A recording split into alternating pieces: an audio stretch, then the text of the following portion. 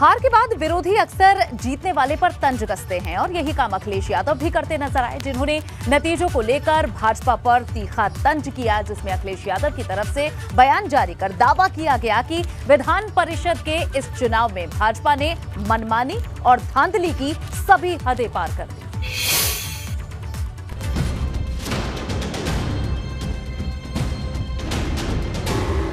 चुनावी नतीजे का ऊंट भाजपा की करवट बैठा, लेकिन सपा इस नतीजे को कबूल करने से हिचक रही है। अखिलेश यादव ने सीधे सीधे भाजपा की छवि पर ही सवाल खड़े कर दिए। अखिलेश ने कहा है कि दूसरों को जातिवादी बताने वाली भाजपा की यह है सच्चाई। एमएलसी चुनाव की 36 सीटों में से कुल 18 पर मुख्यमंत्री के स्वजातीय जीतकर बने एमएलसी।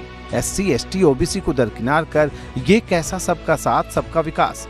सामाजिक न्याय को लोकतंत्र के जरिए मजबूत करने की लड़ाई लड़ते रहेंगे समाजवादी। अखिलेश यादव ने कहा है कि भाजपा ने लोकतंत्र को कुचलने का काम किया है, इसके लिए भाजपा को इतिहास कभी माफ नहीं करेगा। सपा का आरोप है कि भाजपा को संविधान, लोकतंत्र और निष्पक्ष चुनावों की प्रक्रिया में जरा भी विश्वास नहीं। वो धनबल और छल से ये इनकेन प्रकारेण सत्ता में बने रहने के लिए संवैधानिक संस्थाओं को कमजोर करने के साथ ही लोकतंत्र की सभी मर्यादाओं को भी तार तार करने में जुटी है। ये लोकतंत्र और संविधान दोनों का संक्रमण काल है। अखिलेश यादव ने इससे पहले कन्नौज में भाजपा पर ऐसे ही आरोप लगाए थे कि भारतीय जनता पार्टी लोकतंत्र की सीरियल किलर है। लोकतंत्र में वोट कैसे लूटा जाता है उसकी एक्सपर्ट पार्टी बन गई है। यहां पर पिछली बार देखने को मिला था, बहुत सारे साथी पर्चा नहीं भर पाए थे। लखीमपुर में भी पंचायत के चुनाव में हमारी माताएं बहनों के कपड़े फाड़ दिए गए थे। अखिलेश यादव की ये तेवर बताने को काफी है कि सपा भाजपा को लेकर इसी तरह आक्रामक बनी रहेगी। रही बात विधानसभा चुनाव के बाद विधान परिषद चुनाव की नाकामी की, तो इस पर मंथन को लेकर सपा के भीतर सस्पेंस बना हुआ है। Bureau report, ABP Ganga.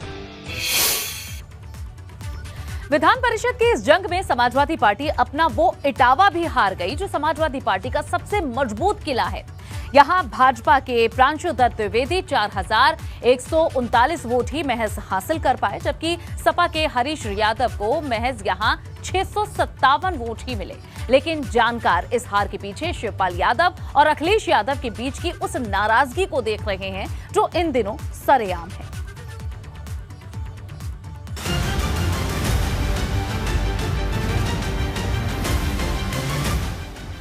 Sapa का लाल किला ढहा, बागी चाचा का असर हुआ। इटावा में दिखा ट्रेलर शिवपाल का कदर। तो बहुत जल्दी मैंने कहा, बहुत जल्दी उसका समय आने वाला है, उसका इंतजार करो।